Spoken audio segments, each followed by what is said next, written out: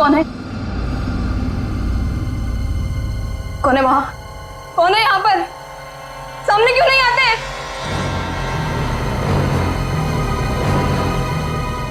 बस बहुत हो गया, बंद करो ये खेल, बंद करो ये खेल।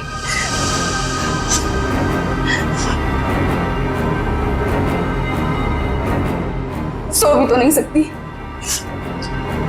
अगर सो गई शायद फिर कभी नींद से उठ ही ना पाऊं। जूही, श्रुति तुमसे कितनी बार कहा कि दरवाजा खटखटा के अंदर आया करो। ओ हेलो मैडम, ये गर्ल्स हॉस्टल है, किसी ऑफिस की बॉस का केबिन नहीं है। तुम नहीं समझोगी। जूही, क्या हुआ तुम्हें?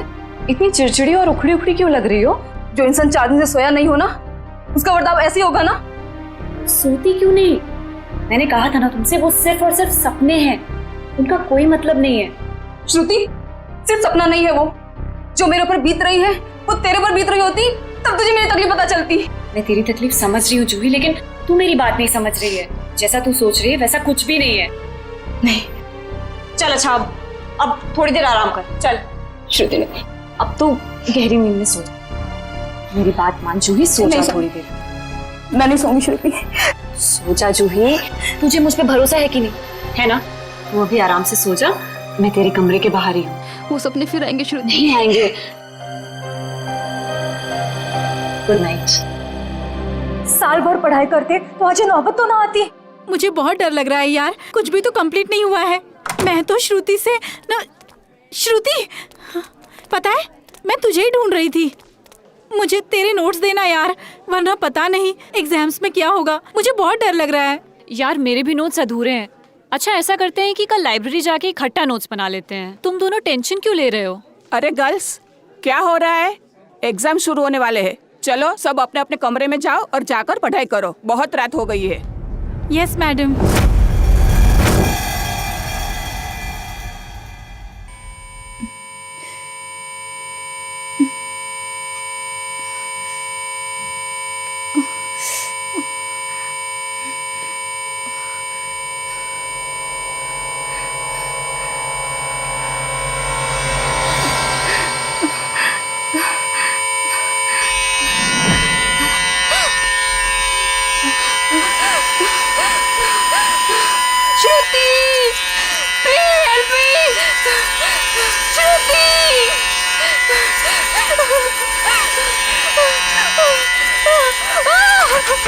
ये दरवाजा क्यों बंद है? श्रुति, ये लाइट क्यों नहीं जल रही है?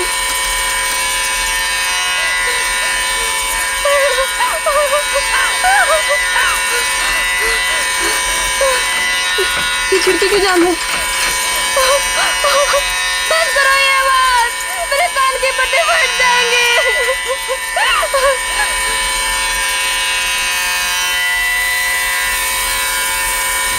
ये धुआं कहाँ से आ रहा है?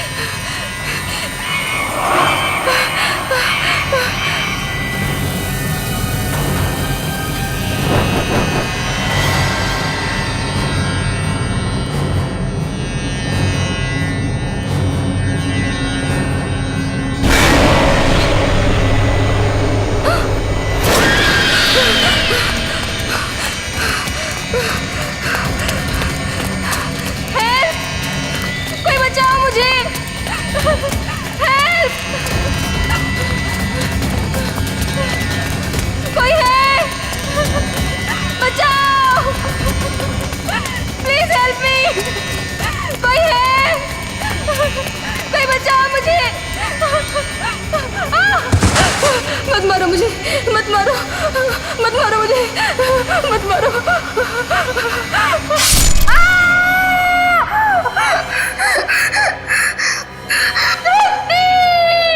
ओह नो, ये तो जूही की चीख है। लगता है उसने वही पुराना सपना देखा है।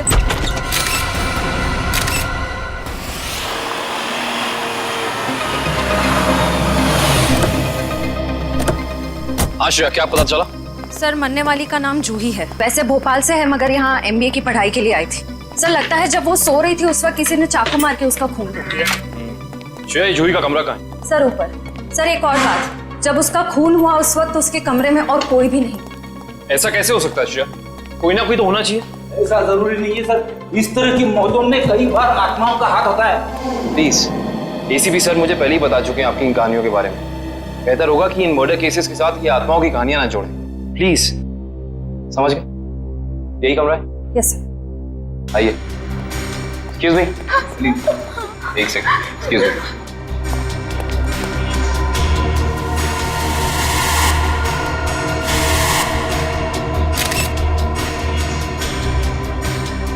श्रेया, यहाँ पे चाकू का सिर्फ एक ही घाव है। लगता है खूनी ने इतनी जोर से वार किया कि एक ही बार में जूही की मौत हो गई। हाँ सर, हमला भी शायद जूही की नींद में ही हुआ। बेचारी को अपने आप को बचाने का मौका भी नहीं मिला होगा। एक्सक्यूज मी, यहाँ पे सबसे पहले जूही की मौत का पता किसको चला? सर, सबको एक साथ ही पता चला था। हम यहाँ कॉरिडोर में थे, अचानक से जूही के कमरे से चीखने की आवाज आई और अंदर आके देखा तो जूही की जान जा चुकी थी। उस समय कमरे में जूही के साथ और कौन था? सर, उस वक्त जूही के साथ कोई नहीं था। देखिए, आप लोग दोबारा याद करने की कोशिश कीजिए। हो सकता है कोई ऐसा जो उस वक्त भाग निकला हो। सर, भागने का तो सवाल ही नहीं उठता, क्योंकि डोर बाहर से बंद था और वो अंदर से। खूनी भागेगा भी तो कहाँ से भागेगा? एक मिनट, ये दरवाजा बाहर से बंद था, क्यों? सर, कई दिनों से जूही सो नहीं पा रही थी। अचानक नींद से जाग जाती थी और भागकर अपने कमरे से बाहर आ जाती थी। आज भी कुछ ऐसे ही हुआ। वो सो नहीं पा रही थी, मैंने उसको सुलाया और मैं बाहर आ गई और दरवाजा बाहर से बंद कर दिया। लेकिन इसे नींद क्यों नहीं आ रही थी? सर, कई दिनों से उसे डरावने सपने आ रहे थे। उसे ऐसा महसूस हो रहा था कि उसका सपनों में कोई खून करना चाह रहा है, उसकी कोई जान लेना चाह रहा है। हमें क्या पता था कि उसका सच में खून हो जाएगा। डरावने सपने? मैं कह रहा था ना, ये कोई आत्मा का ही चक्कर है।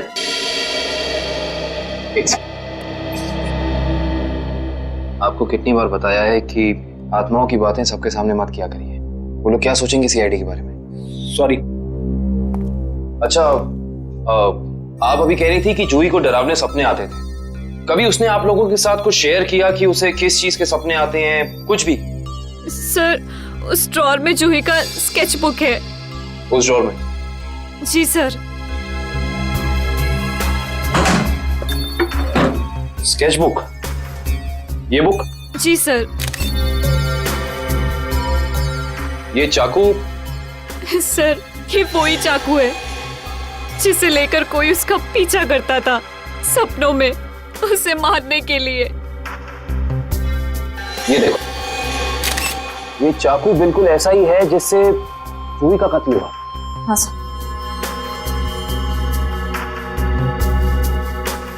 ये सारी ड्राइंग्स जो हैं इस बुक में, ये क्या जूही अपने सपने में देखती थी? जी सर। सर, लगता है ये किसी अंदर वाले का ही काम है, जो कमरे के अंदर आसानी से आ सकता हो और जिसे जूही के सपनों के बारे में पता हो। क्या तुम्हारे अलावा और कोई ये स्केचबुक के बारे में जानता था? कोई नहीं। खूनी अगर इस दरवाजे से अंदर नहीं आया तो फिर इस कमरे में आया कहां से? इस बालकनी से। लेकिन बालकनी का दरवाजा तो अंदर से बंद है। अगर खूनी खून करके बालकनी से भागा है तो फिर ये दरवाजा अंदर से बंद कैसे? बालकनी का दरवाजा बंद, कमरे का भी दरवाजा बंद, कहीं जूही की आग। ये खूनी यहाँ आया कहां से, ये अभी पता चल जाएगा।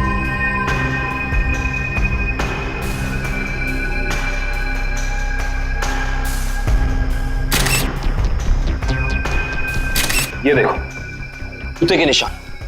हो ना हो खूनी इसी बालकनी से चढ़कर आया।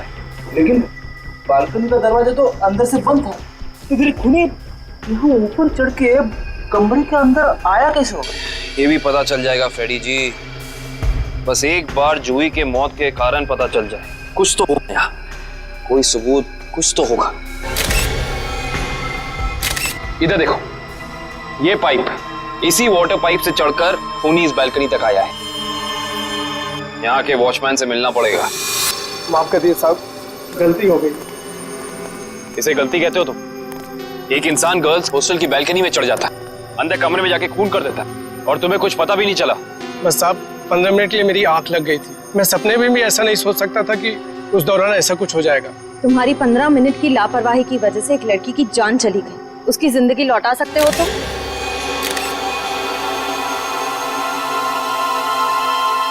सर, ये जूता यहाँ झाड़ियों में पड़ा हुआ था। जूता यहाँ पे? हो ना हो, ये जूता उसी खूनी का है। सर, ये तो किसी आदमी का जूता लगता है। यानी बालकनी में जो इंसान चढ़ा था वो कोई आदमी था? सुनो, ये जूते को पहचानते हो? नहीं साहब। दोबारा याद करके बताओ, सही से याद करो। कोई इंसान यहाँ आया था जिसने ये लाल जूता पहना था? मैंने नहीं देखा, शायद अंजलि मैडम ने देखा हो, वो हमेशा रिसेप्शन पे बैठती है। ये अंजलि मैडम को बुलाओ, जाओ। जी सर। अगर ये जूता यहाँ है तो कुछ और भी जरूर होगा, ढूंढते हैं।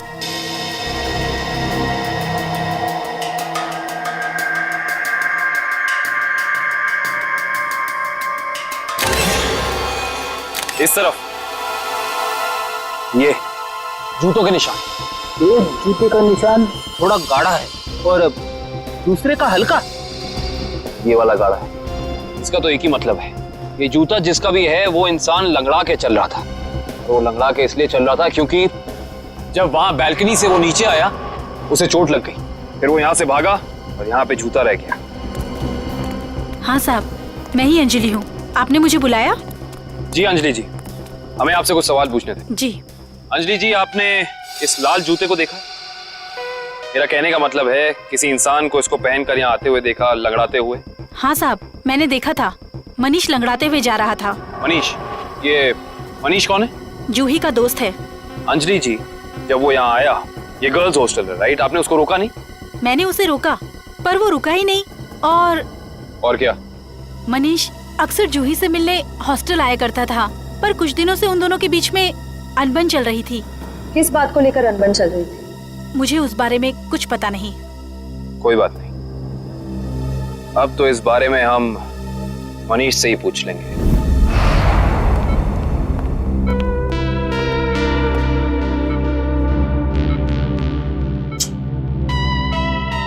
मनीष, कैसे हो यार? मैं ठीक हूँ, पर आप लोग कौन हैं? तुम्हारे शुभचिंतक हैं, सीआईडी वाले। सीआईडी? क्या बात है? क्या मेरी जान को किसी से खतरा है क्या? सुना आपने? खुद एक बेचारी लड़की को मार के खटिया पे लेटा पड़ा है और पूछ रहा है कि मेरी जान को कोई खतरा तो नहीं है। ये क्या कह रहे हैं आप? मैंने किसी की जान नहीं ली। मनीष, ये पाँव में चोट कैसे लगी तुम्हें? वो मैं सड़क पार कर रहा था तो एक बाइक वाले ने टक्कर मार दी मुझे। सड़क पार कर रहा था बेचारा, टक्कर मार दी? वैसे ये हादसा हुआ कहाँ? MI रोड पे, जीपीओ के सामने। जीपीओ के सामने? तभी तो। वैसे अगर ऐसा था तो ये लाल रंग का जूता जो तुम्हारा है, हमें पता है जीपीओ के सामने मिलना चाहिए था। पर कमाल की बात देखो, ये जूता हमें स्वर्णिमा गर्ल्स हॉस्टल के बाहर मिला। कैसे? मेरा जूता वहां कैसे पहुंचा? देखो मनीष, हमसे झूठ बोलकर कोई फायदा नहीं है। सच निकालने के और कई तरीके आते हैं। बेहतर होगा हमें सब सच बता दो। क्यों मारा तुमने जूही को? क्या जूही की मौत हो गई? खून हो गया उसका। क्यों गए थे तुम वहां? देखिए, मैं जूही के बालकनी में गया जरूर था, लेकिन मैंने जूही को नहीं मारा। इतनी रात को तुम वहाँ क्या करने गए थे मनीष? मुझे उससे बात करनी थी। ऐसी कौन सी बात थी जो तुम दिन के उजाले में नहीं कर सकते थे, जिसके लिए तुम्हें रात के अंधेरे का सहारा उठाकर चोरों की तरह पाइप से चढ़कर उसकी बैल्कनी तक जाना पड़ा? मैं उससे माफी मांगना चाहता था। दरअसल मैंने उसके दोस्ती को प्यार समझने की गलती की थी, लेकिन जब मैं वहां पहुंचा तो मैंने देखा कि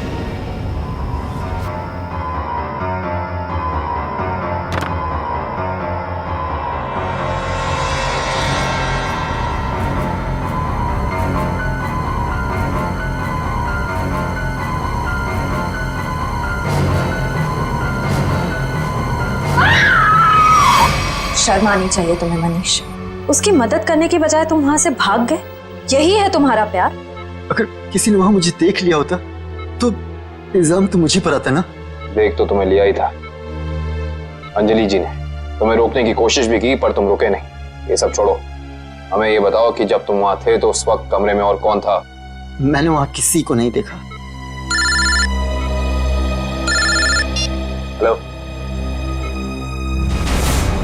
क्या? एक और कौन? कहां पे?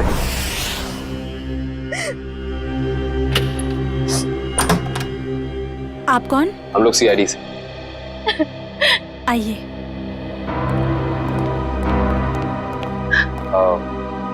आप कल्कि जी हैं ना? जी सर, मैंने ही आपको फोन किया था। मेरी सहेली मीरा का खून हो गया है। उसकी लाश ऊपर उस कमरे में पड़ी है।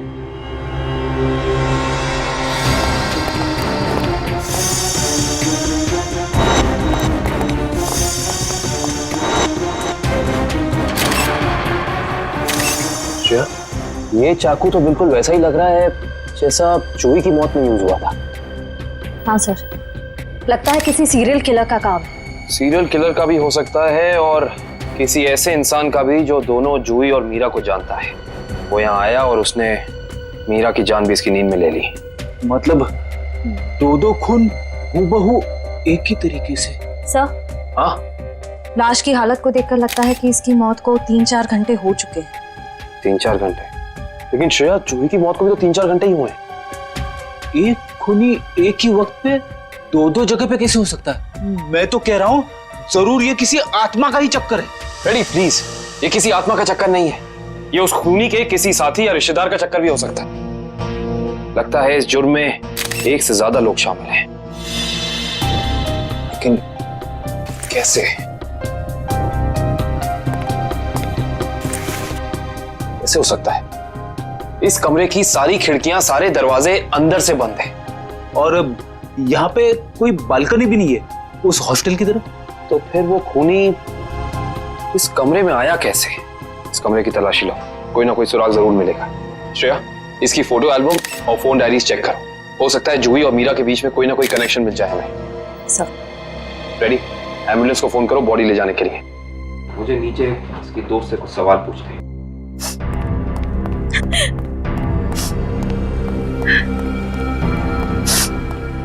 कल्कि जी, जी, आपको मीरा की मौत के बारे में कब पता चला? रात को मैं काफी देर से ऑफिस से लौटी तो मैं इस कॉरिडोर से गुजर रही थी कि तभी मुझे मीरा के चीखने की आवाज सुनाई दी। मैं दौड़ती हुई उसके दरवाजे तक आई। मीरा का दरवाजा खटखटाया पर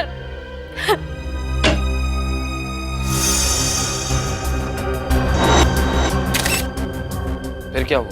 मेरा मतलब जब आप यहाँ आई तो ये दरवाजा खुला था कि बंद था? दरवाजा बंद था तो मुझे वॉचमैन को बुला के दरवाजा खुलवाना पड़ा। कल्कि जी, जब आप यहाँ पे आई तो आपको यहाँ इस घर में कोई भी निकलते हुए यहाँ से दिखा, भागते हुए दिखा? नहीं।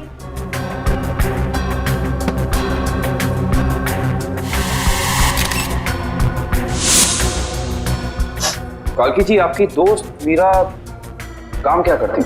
बैंक की एरिया मैनेजर थी वो, और 2 साल पहले उसका तबादला हमारे शहर में हुआ था।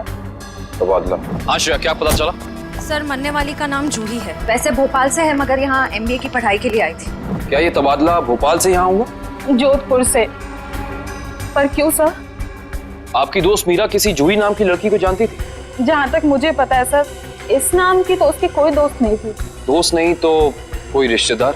क्योंकि कुछ घंटे पहले एक 21 साल की लड़की का बिल्कुल इसी तरीके से खून हुआ। उस लड़की का नाम जूही था और ये उसकी तस्वीर है। क्या आप जानती हैं इसे? नहीं। आप जानती?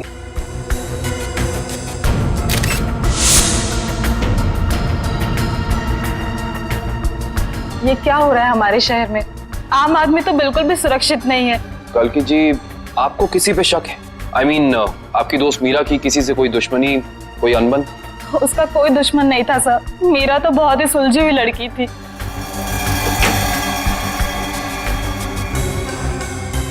अच्छा, ये तस्वीर देखिए। इस आदमी का नाम मनीष है। क्या आप इसे जानती हैं? नहीं सर। सर, आशा, मैंने मीरा के सारी डायरीज, सारे एल्बम्स चेक किए। मीरा और जूही के बीच कोई कनेक्शन नहीं है, कोई संबंध नहीं है। कोई ना कोई संबंध तो जरूर है, वरना ये खूनी सिर्फ इन्हीं दोनों लड़कियों को निशाना क्यों बनाएगा? कुछ तो है जो हमें समझ नहीं आ रहा है।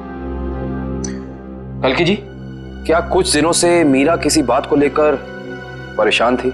हाँ सर, कुछ दिनों से उसे डरावने सपने आ रहे थे। डरावने सपने? मीरा को भी डरावने सपने आ रहे थे? हाँ सर, बस कहती रहती थी कि उसका कोई खून करना चाहता है।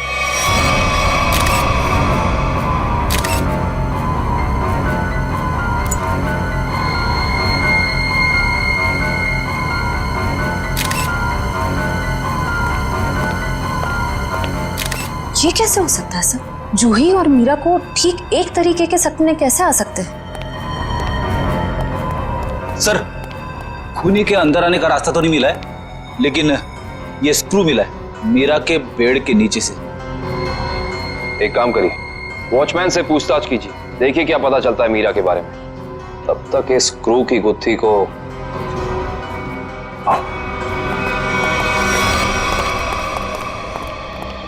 करण, फ्रेडी को ये स्क्रू कहाँ मिला था? सर वहां उधर। इधर? ये स्क्रू हाँ आया कैसे होगा? हाँ ले आओ, संभाल के। इश्ता, श्रेया, संभाल के।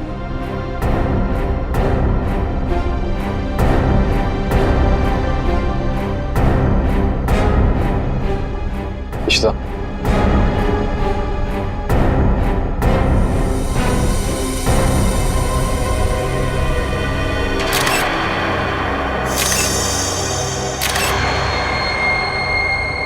ये बात है। क्या हो सर? ये देख रही हो, सीलिंग फैन। अब ये सीलिंग फैन इस स्क्रू की गुत्थी को सुलझाएगा। करण, समझ गया सर।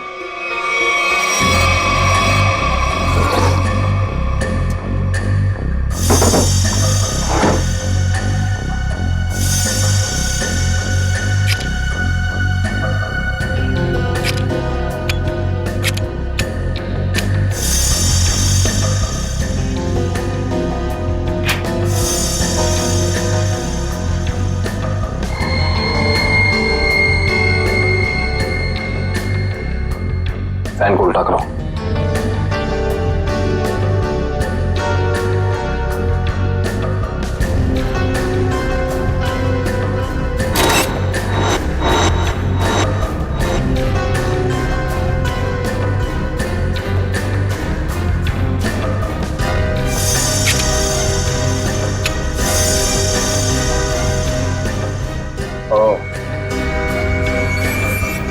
सर यानी ये स्क्रू इस फैन का है?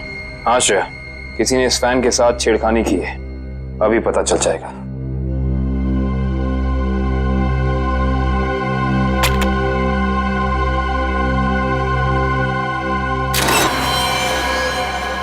ओह माय गॉड, तो ये बात है, मतलब चाकू इसके अंदर था।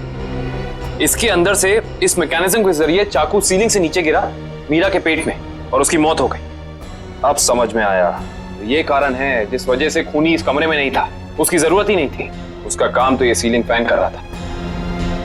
इसका मतलब जूही के कमरे में भी बिल्कुल ऐसा ही सीलिंग फैन होगा जिसके अंदर सेम मैकेनिज्म फिट होगा।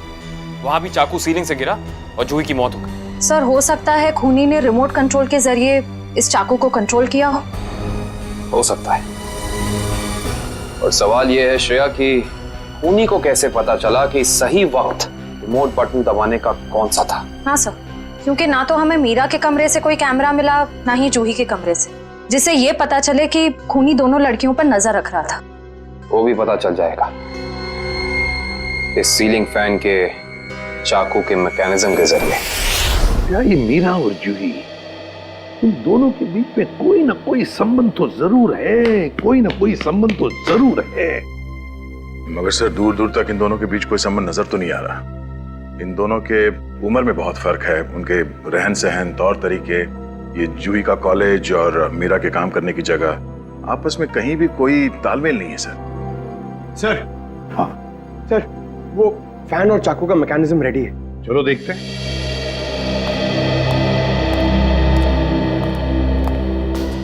पंकज, रिमोट ऑन करो।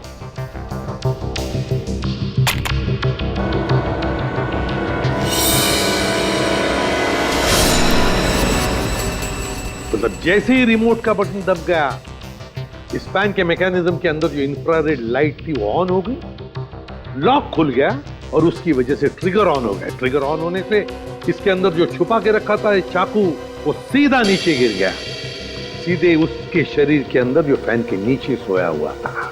मगर दया, एक बात है, ऐसे मैकेनिज्म की जो रिमोट होते हैं, वो रिमोट ज्यादातर 50 मीटर की दूरी के अंदर ही काम कर सकते हैं। तो फिर जरूर जहां पर मीरा और जूही रहती थी उसके आसपास ही ये आदमी खड़ा था। जिसने भी ये किया है वो 50 मीटर की दूरी के अंदर ही खड़ा था। वहां से उसने रिमोट चलाया और खून कर दिया मीरा और जूही का। और फिर वो सपने, वो एक जैसे सपने जो मीरा और जूही दोनों की नींद में आते थे, ऐसे सपने तो जानबूझकर ही डाले जा सकते हैं, प्लान करके डाले जा सकते हैं, मगर उसके लिए जरूर कोई तो ट्रिगर होना चाहिए। सर, हाँ, जूही के कमरे में लगे पंखे में भी ठीक ऐसा ही मैकेनिज्म मिला है। और तो और जूही और मीरा दोनों के कमरों में 1 हफ्ते पहले इलेक्ट्रिकल वायरिंग का कुछ काम हुआ था। जूही और मीरा दोनों के घर में, दोनों के कमरों में 1 हफ्ते पहले इलेक्ट्रिकल वायरिंग हुई थी। कहीं ऐसा तो नहीं कि ये वही इलेक्ट्रीशियन है जिसने दोनों के घरों में इलेक्ट्रिकल का काम कर दिया और फिर खून भी उसी ने किया? पता लगाना पड़ेगा इस इलेक्ट्रीशियन के बारे में।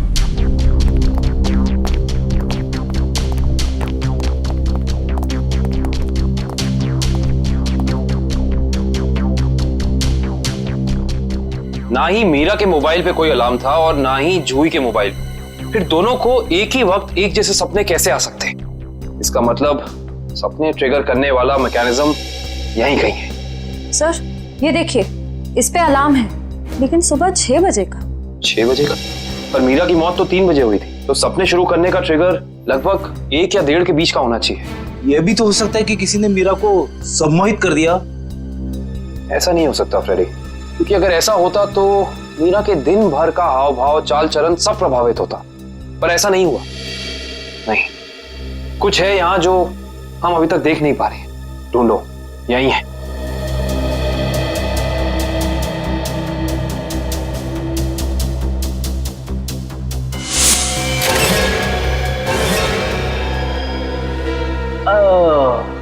ये देखो,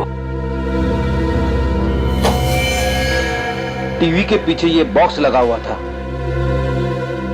बॉक्स? कहीं ये ट्रिगर मैकेनिज्म इस बक्से के अंदर तो नहीं फिक्स किया हुआ है?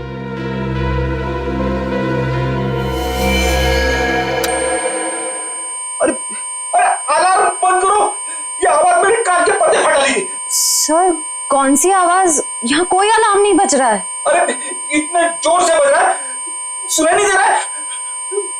बंद करो। हाँ, बज तो रहा है, लेकिन बहुत धीमी आवाज में। बंद करो, बंद करो। बंद हो। Thank you. इतना भद्दा अलार्म मैंने जिंदगी में नहीं सुना। सोने वाला उठेगा नहीं, हार्ट अटैक से सीधे ऊपर चला जाएगा। मगर सर, अलार्म की आवाज सिर्फ आपको कैसे सुनाई दी? हो सकता है श्रेया, क्योंकि ये लो फ्रीक्वेंसी अलार्म है। श्रेया, ये सिर्फ उन लोगों को सुनाई देता है जिनकी साउंड टॉलरेंस और सुनने की शक्ति इसकी ध्वनि से मेल खाती हो। यानी फ्रेडी सर की तरह जूही और मीरा भी इस अलार्म की आवाज को सुन सकती थी। वो ये बात नहीं जानता था। उसने इस ध्वनि का इस्तेमाल सिर्फ उनके दिमाग को कंडीशन करने के लिए किया, ट्यून करने के लिए, ताकि उन्हें वो डरावने सपने दिखा सके। लेकिन डरावने सपनों का कोई संबंध ही नहीं था इस मौत से। अगर वो चाहता तो बिना सपनों के भी मार सकता था उन्हें। मार सकता था, पर शायद वो ऐसा चाहता नहीं था। खूनी अपने शिकार के साथ खेलना चाहता था, तड़पाना चाहता था, फिर उनकी नींद में उन्हें एक गहरी मौत देना चाहता था। इंटरेस्टिंग। करण सर, कल की को बुला के लाइए। जी। को ये देखो।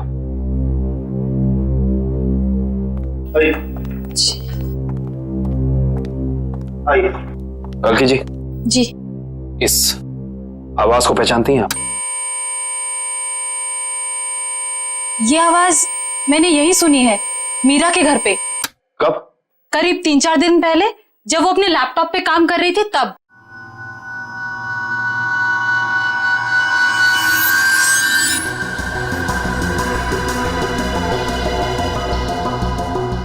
आपको मीरा के लैपटॉप का पासवर्ड पता है?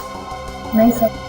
हमें कंप्यूटर एक्सपर्ट से इसका पासवर्ड ब्रेक कराना होगा, लेकिन मुझे लगता है कि हमारे सारे सवालों के जवाब इसी लैपटॉप के अंदर है, इसके अंदर।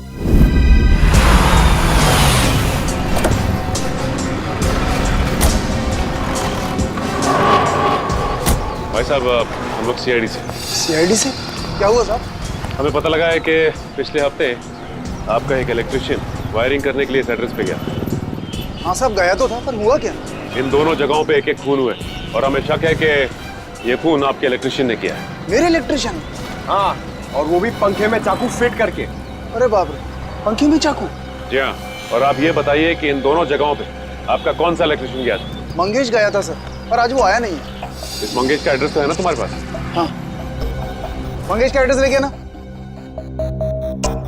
सर, वो लैपटॉप का और ईमेल का पासवर्ड खुल गया। Very good job, thank you very much. काबिन, जरा लैपटॉप चेक करो। जी। देखो वो ऑडियो फाइल है क्या इसमें, जिससे सपने आते थे उसे?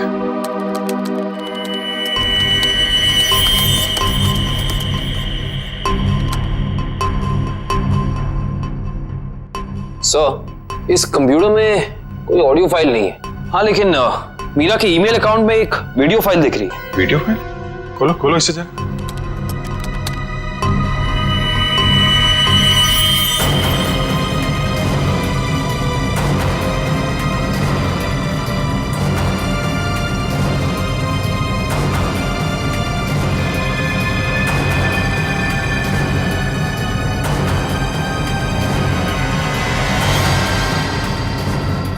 सर, ये सारे विजुअल तो मैंने जूही की स्केचबुक में देखे, स्पेशली ये नाला, ये बोर्ड और मास्क पहना हुआ आदमी, तीनों।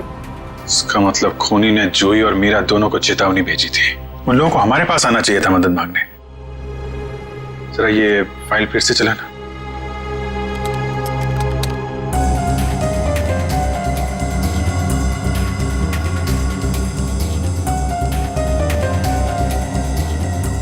Boss boss boss, Banjara road जो शहर के पश्चिमी हिस्से में है ना? Yes sir. मतलब जो कुछ हुआ है बंजारा रोड पे ही हुआ है। क्या? ठीक है, ओके। सर, उस इलेक्ट्रिशियन मंगेश का जो पता मिला था वो नकली है सर। कोई बात नहीं, स्केच बनवाओ उसका और अपने डेटाबेस में चेक करो। बंजारा रोड, वहां जाके देखना पड़ेगा। सब लोग बाहर ध्यान रखना।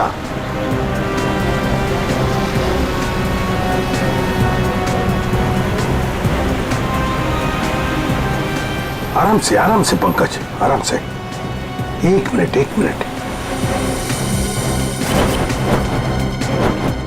यह है ना एक सूखा नाला है और वो रहा पेड़। सूखा नाला और उसमें वो पेड़। जरा आगे चलकर देखते हैं।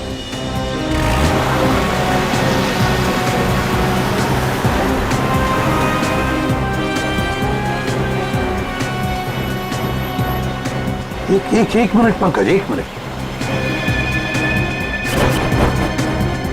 बंजारा रोड मतलब हम सही रास्ते पे हैं। सर वो देखिए, वो पुराना घर जो हमें वीडियो में दिखा था। चलो आगे देखते हैं। अगर खूनी इस जगह का वीडियो बना के मीरा और जूही को भेज क्यों रहा था? हाँ, शायद उन दोनों को अपने अतीत का याद दिलाने के लिए। मगर सर, मैंने पता किया सर, इस बंजारा रोड पे आज तक एक क्राइम नहीं हुआ है। यहाँ तक कि पुलिस ने एक चालान तक नहीं काटा है। सर, वो रही बिल्डिंग। हाँ, वो क्या, रॉयल मून होटल। ले लो अंदर।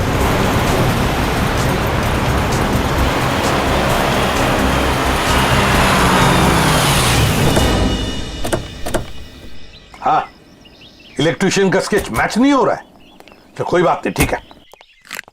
वेलकम सर, कहिए मैं आपकी क्या सहायता कर सकता हूँ? हम लोग सीआईडी से हैं। दरअसल एक केस के सिलसिले में कुछ पूछताछ करनी थी आपसे। सीआईडी? तो पूछिए, क्या पूछना चाहते हैं आप? वैसे जरा बताइए, कुछ दिन पहले क्या आपके होटल के बाहर कोई किसी तरह की वीडियो शूटिंग कर रहा था? शूटिंग? नहीं सर, हमारी होटल के बाहर शूटिंग या फोटोग्राफी की अनुमति नहीं है। ये दो फोटोग्राफ दो लड़कियों के, एक का नाम मीरा है, एक का नाम जूही है। क्या ये लड़कियां आपके यहाँ कभी ठहरी थी, कभी आई थी? सर, हमारे यहाँ रोज बहुत सारे कस्टमर आते हैं, ये बता पाना थोड़ा मुश्किल है। मैं समझ सकता हूँ, लेकिन हो सकता है आपके रिकॉर्ड में हो कुछ इनके बारे में। जरा देखिए। अलका, जरा रिकॉर्ड्स चेक करना। सर। हाँ सर, ये दोनों गेस्ट हमारे होटल पे रुके थे पिछले साल 17 मई 2013। 17 मई 2013, मतलब एक साल पहले। और क्या एक साथ आई थी या अलग अलग? नहीं, अलग अलग। सर, इन दोनों के पास शहर में रहने के लिए जगह है, एक घर में रहती है और एक हॉस्टल में रहती है, फिर ये दोनों यहाँ किस लिए आई थी? कोई तो वजह होगी ना पंकज, कोई तो वजह होगी। क्या आपका रिकॉर्ड देख सकता हूँ 17 मई 2013 का? Sure sir. 17 मई 2013, काफी सारी लड़कियां आई थी उस दिन आपके होटल में।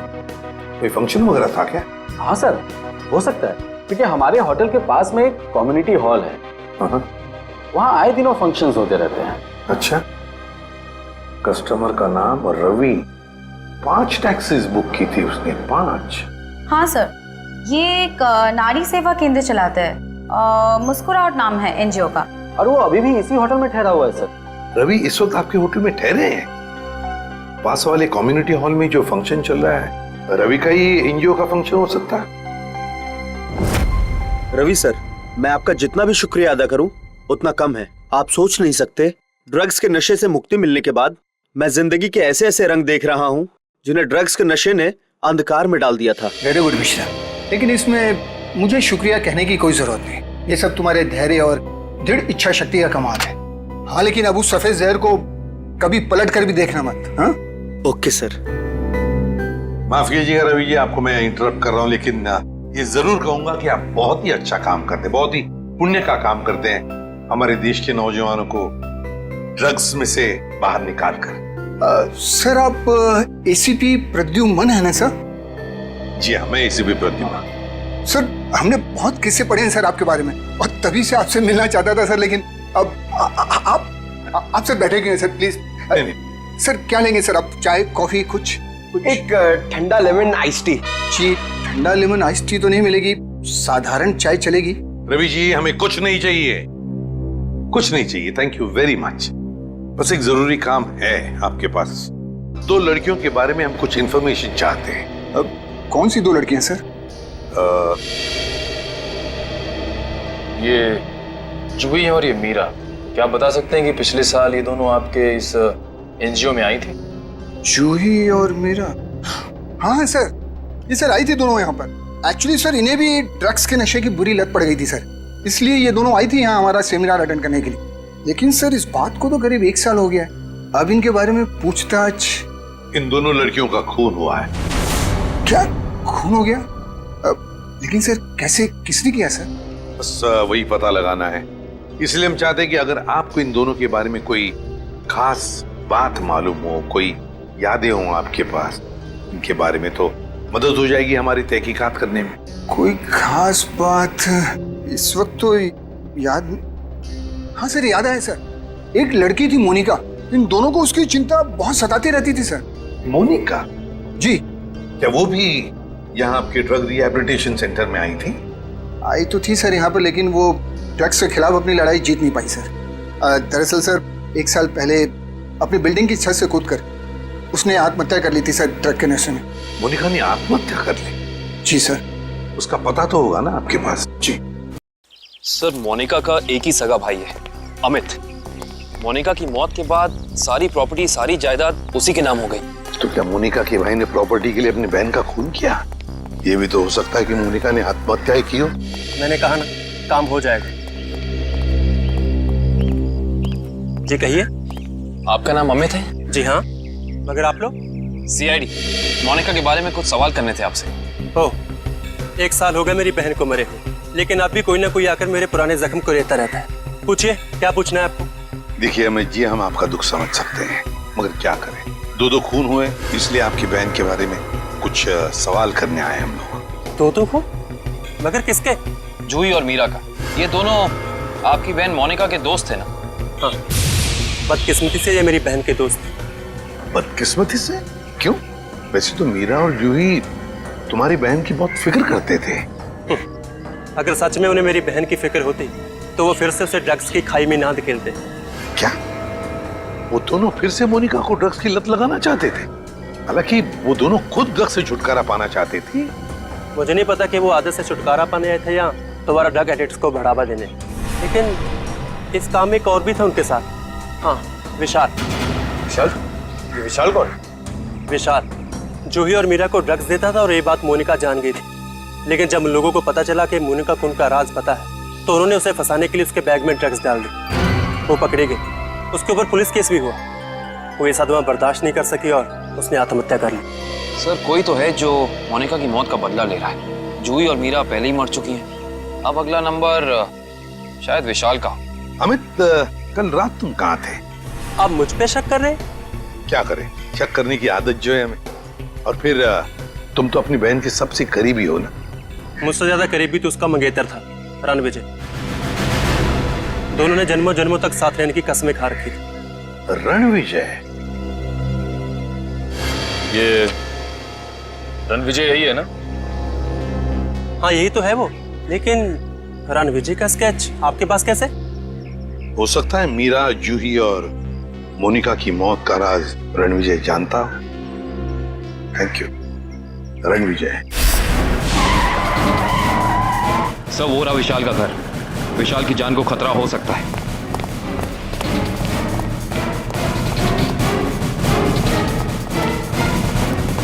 सर, लगता है रणविजय पहले ही पहुंच चुका है। विशाल, ठीक तो हो ना? सर, जान बचा के भागो सर। रणविजय कहाँ है? सर उधर।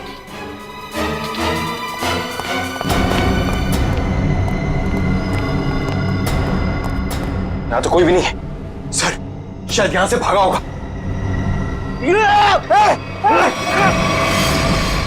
रणविजय! कोई मत हिलना।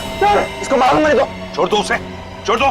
देखिए, वैसे तो मुझे सीआईडी वालों से काफी लगाव है, पर अगर सीआईडी ने मेरे साथ कोई होशियारी की ना तो ये बात मुझे अच्छी नहीं लगेगी। चाकू नीचे फेंक दो। फेंक दो चाकू। डरो मत, कुछ नहीं करूंगा तुम्हारे इस मोटू ऑफिसर को। मोटू मत बोल, टाइटिंग कर रहा हूं आजकल। देखो, मुझे अपना काम करने दो।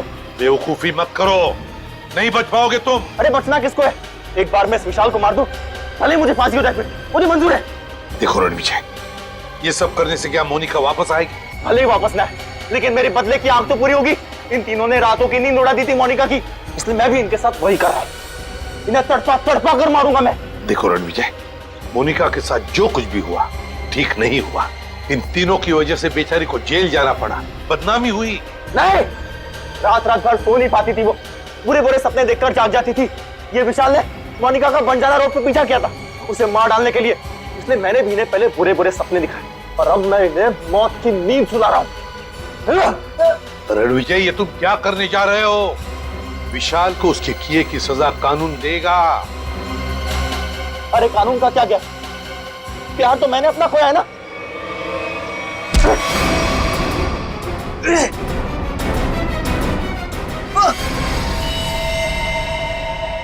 रणविजय, विशाल को तो उसके किए की सजा मिलेगी ही मिलेगी, मगर तुमने बदले की आग में दो खून किए, दो।